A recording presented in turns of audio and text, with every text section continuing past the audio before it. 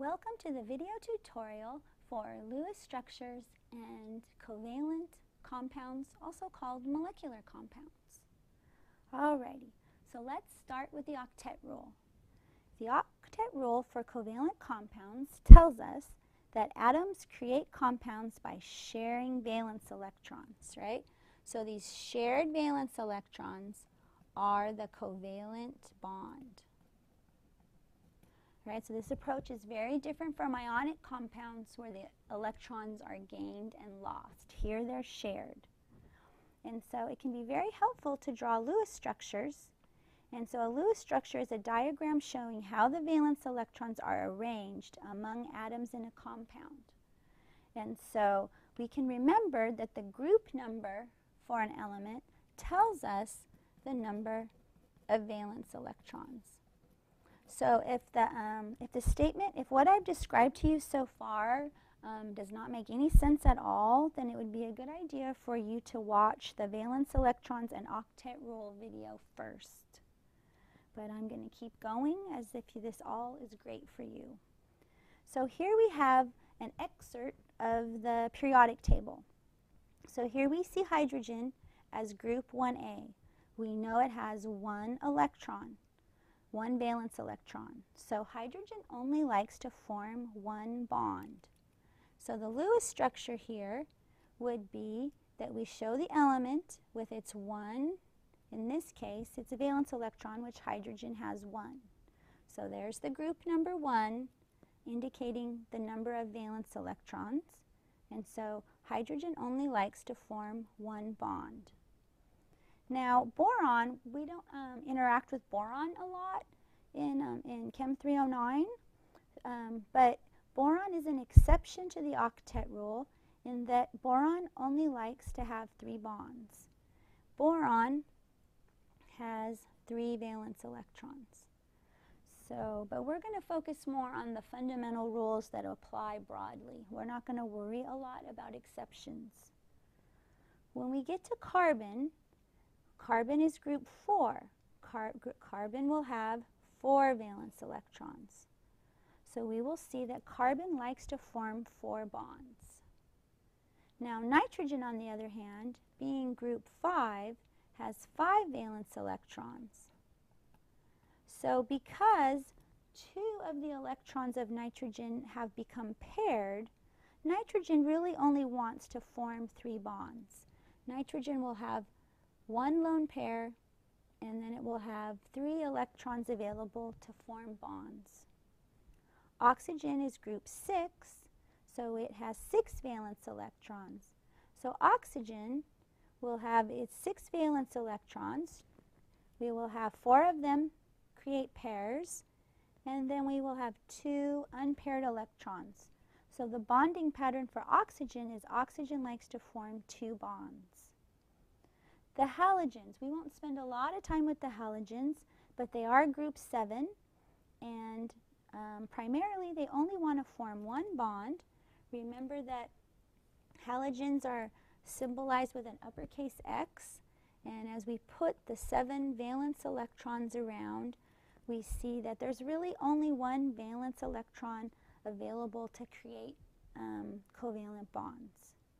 And then last but not least, we would have the noble gases, which are group 8, and they have the full valence shell, and so that's why they're inert, which means they're not reactive.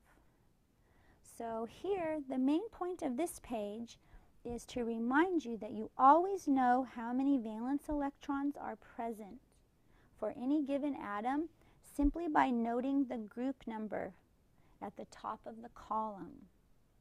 Alrighty, so now let's take this information and apply it to organic molecules, because that's the emphasis of Chem 309. So, and we're going to emphasize neutral bonding patterns to start. That's our stable ground. You want to have your neutral bonding patterns recognized for organic compounds. Now, what exactly are organic compounds? These are carbon compounds, carbon-containing compounds. Alrighty. so if you recognize the neutral bonding patterns, if you then see an arrangement that violates the neutral bonding pattern, you will recognize that those elements have a charge. They've either become cations or anions. Now, we've talked about carbon. So here we have the atomic number, right, carbon 6, but we're in group 4. So, right, so carbon has the 4 valence electrons. And so it will share these valence electrons to form 4 bonds.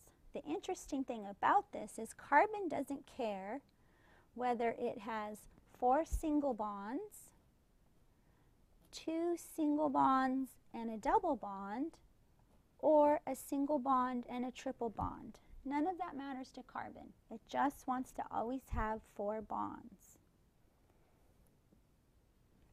Now nitrogen, right, group 5 has the 5 valence electrons. And so nitrogen will want to share these 3 valence electrons to form 3 bonds, and nitrogen will have 1 lone pair. It's important to recognize the presence of these lone pairs. They're often not drawn in when you look at a structure, so you mentally want to add them. And nitrogen is just like carbon. It doesn't care how it gets the 3 bonds. It doesn't care if it's 3 single bonds, a single and a double, or a triple. So then the neutral bonding pattern for nitrogen is 3 bonds with a lone pair. Now when we look at oxygen, oxygen is group 6. It has the 6 valence electrons. And so oxygen, when it's in its neutral form in organic molecules, it will have 2 lone pairs and 2 bonds. But just like carbon and nitrogen, oxygen doesn't care whether it's 2 single bonds or a double bond. And then now here we have all of our emphasis on the octet. Remember that hydrogen is an exception to the octet rule, right? Hydrogen wants a duet. Hydrogen wants to fill the first shell, right? The first electron shell. So here's hydrogen with its 1 valence electron, and hydrogen can only form 1 bond. If you ever have a situation where you have more than 1 bond of hydrogen, an alarm should go off in your head that something is wrong. All right, so now that we are aware of the bonding patterns of the atoms we will be using for organic chemistry, we can take this and combine this with a strategy for drawing the Lewis structures for covalent compounds. So I will give you an overview of the step-by-step strategy, and then we will practice together. So the first thing we need to do is determine the number of valence electrons for each atom. These are all of the electrons that we get. It's only the valence electrons that are available for bonding. So remember that the group number equals the number of valence electrons. And then the second step is we write the symbol for each atom in the molecular arrangement around the central atom. So in most cases, mostly, right, so the exception is inorganic acids. Okay, but since we're focusing on organic molecules, we don't have to worry about the exception, right? The first atom listed is the central atom. All right, so then we want to arrange the atoms so there's a single covalent bond between each of the bonded atoms. We have to create the molecule. So the atoms are held together by a minimum of 1 covalent bond. Remember that 1 covalent bond equals 1 electron pair. And of course, there's 2 electrons in a pair. So the covalent bond, we can write it as a line, or we can show it as 2 dots. Either way, this would be a covalent bond.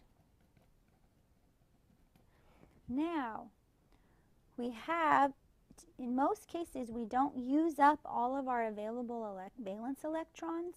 So then we take any remaining valence electrons and we add them as lone pairs to make sure that all of the elements have their octets. If an atom does not have an octet, then we shift lone pairs to form multiple bonds. And so I'm going to demonstrate this in just a moment. And then we want to verify that each atom has an octet, except for hydrogen wants a duet. All right, so if we look here, I'm going to, because you should have already practiced this a little bit before looking at the tutorials, I'm going to do a few more challenging molecules to help expand and build your comfort with Lewis structures, especially for organic molecules. So as we look here, we see a carbon, and so that will be surrounded by the 3 hydrogens, and then here's the oxygen.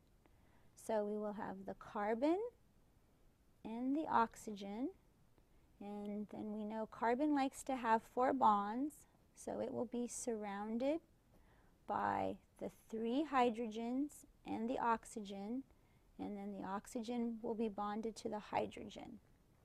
Now, how many electrons do we have to play with? Well, carbon's in group 4, so it gives us 4. Hydrogens, altogether we have 4 hydrogens, and they each give us 1 valence electron. And then oxygen has 6. So altogether we have 14 electrons. So we have our number of valence electrons. We've arranged the atoms to create the shape of the molecule, and this is where our understanding of bonding patterns can be very helpful in figuring out how to put the atoms together. So the first thing we have to do now is connect all of these atoms with a single covalent bond. So we have 14 altogether. 2, 4, 6, 8, 10. Okay, so we just used 10 electrons. We only have 4 electrons left. As we look at this hydrogen, it has a duet. This hydrogen has a duet. This hydrogen has a duet. And if we look at this carbon, 2, 4, 6, 8, the carbon has an octet. Now, don't use this counting system when you do your taxes. You'll go to jail or pay big fines. But among molecules, it's okay. This shared pair is shared in the purest sense of the word. The hydrogen counts these 2 electrons as belonging to it, and the carbon also counts those 2 electrons. So we can see that the carbon has its octet. And now when we get to the oxygen, we have 2, 4. So the oxygen only has 4 valence electrons right now. Luckily, we have 4 electrons left over. And we remember the bonding pattern for oxygen is 2 bonds and 2 lone pairs. So now we've used up all of our electrons. And if we look at this last atom here, hydrogen has its duet. So every atom, carbon and oxygen, both have their octets. The oxygen, 2, 4, 6, 8. All of the hydrogens have their duets. We only used the 14 valence electrons available to us, and we have observed the bonding patterns that we recognize for neutral compounds. So we're complete. And now I'd like to do an example where we're going to have to create double bonds. So here we have a molecule, so we see the carbons. Carbons are always going to be central atoms. So we're going to have the 2 carbon atoms. Each carbon atom is going to be surrounded by 2 hydrogens.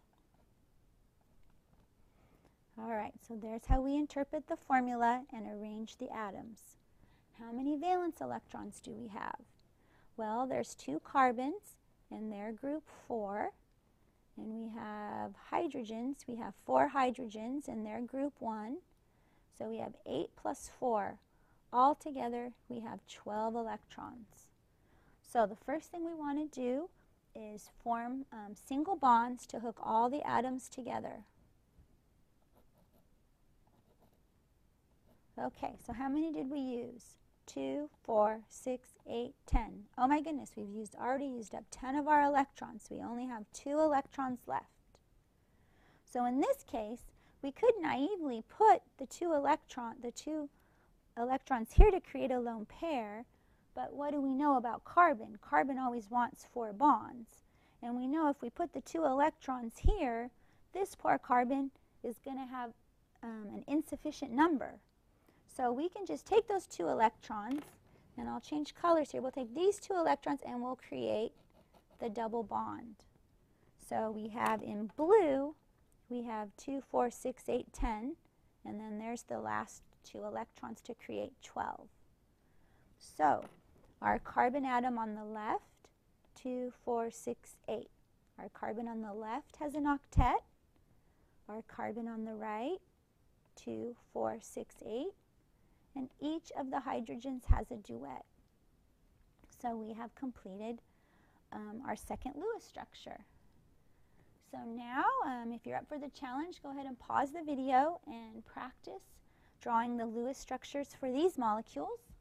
And I will forge ahead. So recognizing we see carbon and nitrogen, so we know these 2 atoms will be linked together as 2 central atoms. And carbon likes to have 4 bonds, so it will be surrounded by the 3 hydrogens. And then the nitrogen will also be surrounded by 2 hydrogens. Alrighty, how many electrons do we have?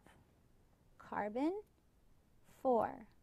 Hydrogen, this time we have 5 hydrogens. They each bring 1. And then we have nitrogen, group 5. So altogether, we have 14 electrons. The first thing we're going to do is hook all of the atoms together. 2, 4, 6, 8, 10, 12.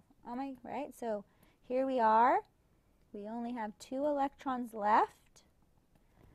But if we take advantage of our bonding patterns, we notice carbon is full with an octet. And all of the hydrogens are happy, and we know nitrogen wants 3 bonds with a lone pair. So now we use the last 2 electrons, and we have fulfilled the octet rule, or duets for hydrogen. And now this last one is a very challenging problem or compound. You could consider this a mastery. If you're able to do this last compound, then you're very strong and solid on your Lewis structures. Right, so there's our 2 carbons. We know they're going to connect together. And then the carbon on the left is surrounded by 3 hydrogens. And the carbon on the right has 1 hydrogen and 1 oxygen. Now, it's important to note the difference here. In this example up above, notice that the oxygen was listed first, implying that the oxygen was a central atom to the hydrogen. Here, notice that the hydrogen and oxygen are reversed. This tells us that both the hydrogen and the oxygen are bonded to the carbon. It's a very subtle difference, but has huge implications in the chemistry of the 2 molecules. Alrighty. So we've practiced arranging the atoms based off the chemical formula. Let's figure out how many valence electrons we have. So we have 2 carbon atoms, and they each contribute 4. Hydrogen, we have 4 hydrogens. They each contribute 1. Oxygen, we have 1 oxygen that contributes 6. So we have 8 and 10. So we have 18 electrons available. The first thing we do, hook all the atoms together to form the molecule. 2, 4, 6, 8, 10, 12. Okay. Did I count that right? Yeah. Alrighty, so we just used 2, 4, 6, 8, 10, 12. So we just used 12 electrons. Okay, so that means that we have 6 electrons left. As we look at the carbon on the left, we can see it has an octet, 2, 4, 6, 8. The hydrogens are happy. So it's the right side of the molecule. If we look at this oxygen here, it only has 2 electrons right now. So it's very short of an octet. And our carbon only has 2, 4, 6. So taking advantage of our understanding of bonding patterns, we know carbon wants to have 4 bonds and oxygen wants to have 2. So the first thing we're going to do is take away 2 electrons to make a double bond. Now we have only 4 electrons left. But then if we continue building off of our understanding of bonding patterns, we look at oxygen and we see, okay, oxygen has the 2 bonds now, but we know it also needs the 2 lone pairs. So those 4 electrons will create the lone pairs on the oxygen atom. So now we have, we've used all 18 of our valence electrons, and both carbon atoms and the oxygen atom, all 3 have an octet, and the hydrogens have their duets. So we have correctly drawn the Lewis structure for this last challenging molecule. Alrighty, so before you get started on your homework, let's weave in polyatomic ions. So these are very important because biologically, carbonate and phosphate are very important biological polyatomic ions. And this is a blending of covalent compounds, but they have a net charge. So this is where ionic and covalent compounds come together. So the easiest way to approach this, I believe, is we basically add or remove electrons from the total number of valence electrons depending on the type of ion, right? So the main thing to keep in mind is electrons are negative. So for cations, right, cations have a positive charge. That means we take away electrons. Anions have negative charge, so we add electrons. Remember that at this point, neutral bonding patterns no longer apply.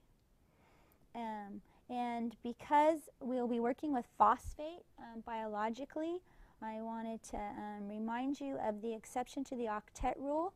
Both sulfur and phosphorus, they are third shell elements, which means that that as we go from the first shell to the second shell to the third shell, the shells are larger and larger and can hold more electrons. So the octet rule is really a focus on the second shell electrons, or the second shell elements. And so here we can have expanded octets, which basically means more than 8 valence electrons. All right. Okay, so let's practice. So here we have carbonate. The carbon's going to be in the center, and it will be surrounded by the 3 oxygens. Carbon brings in 4. The oxygens, there's 3. They each bring in 6. Now we have a -2 charge, so we have 2 additional electrons because of the -2 charge. So that gives us 18, 20. We have 24 valence electrons. We bring the first 6 electrons in to connect the atoms into the polyatomic ion. So then that leaves us with 18 electrons. So I'll start filling these in. Even though I've mentioned that the neutral bonding patterns no longer apply, typically, I should clarify that, right? For oxygen in particular. Okay, so carbon does not like to have a charge, so it's going to still have the octet. It doesn't matter which oxygen atom we pick, we'll put our fourth bond for carbon. So we've used up 2 more electrons. Now we're down to 16.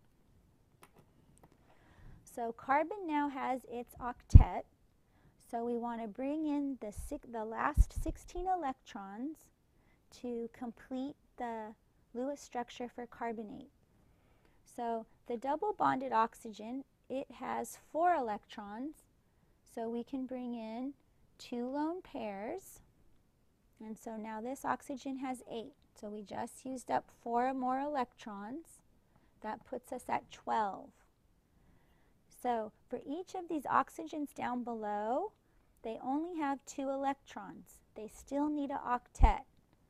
So 2, 4, 6, 8, 10, and 12. So we just used up the last of the 12 electrons. And so now you have an option. Notice that these oxygen atoms, they're not following the neutral bonding pattern. Notice that one of the shared pairs is a lone pair.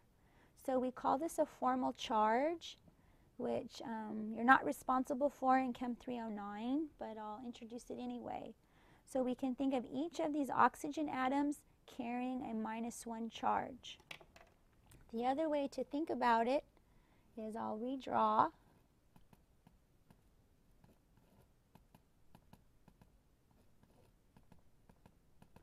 We can put square brackets.